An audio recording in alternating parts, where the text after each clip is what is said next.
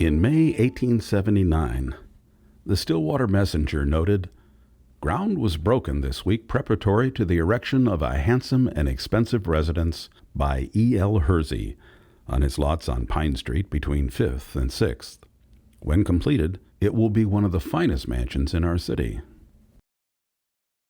That same month, his older brother Roscoe purchased lots nearby on 4th South.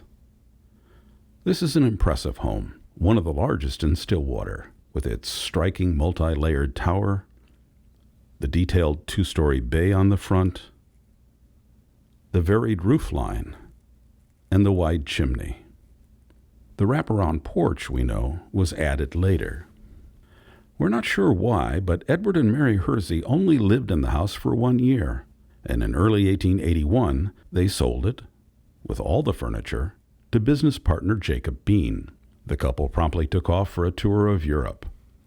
Within the house, though, you can still see evidence of Hersey's brief ownership.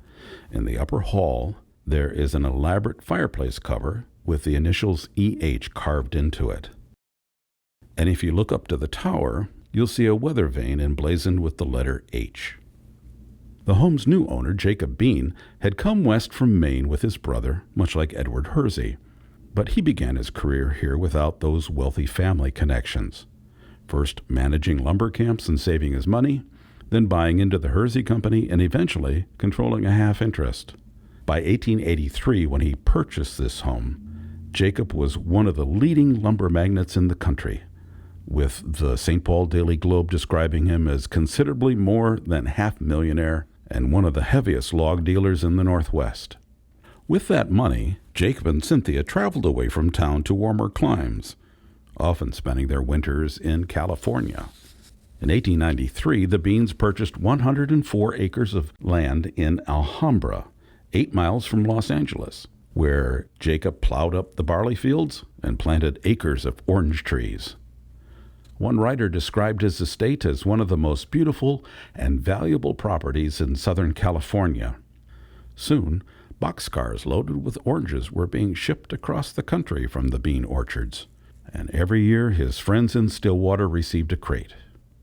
By 1900, though, Jacob was ready to step back from his responsibilities and signed over his Minnesota and Wisconsin properties to his children, worth millions at the time. Although Jacob and Cynthia spent most of the year in California, they returned to Stillwater for the marriage of their daughter Anne in the summer of 1901. The following summer, another daughter, Ella, held her wedding in the home, and one can almost picture the scene. As the Lohengrin Wedding March was played by the Bluff City Mandolin Orchestra, the bridal party descended the stairs. The ceremony was impressive, held amid such beautiful surroundings, one would say ideal. The reception hall was artistically decorated in red and green, the dining room in pink and green, with a profusion of cut flowers everywhere.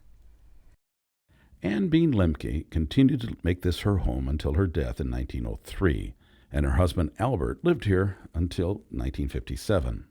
One interesting note is that Jacob Bean's son, William, purchased a beautiful home at 306 West Olive Street at about the same time, and today those homes are two of Stillwater's finest bed and breakfast inns.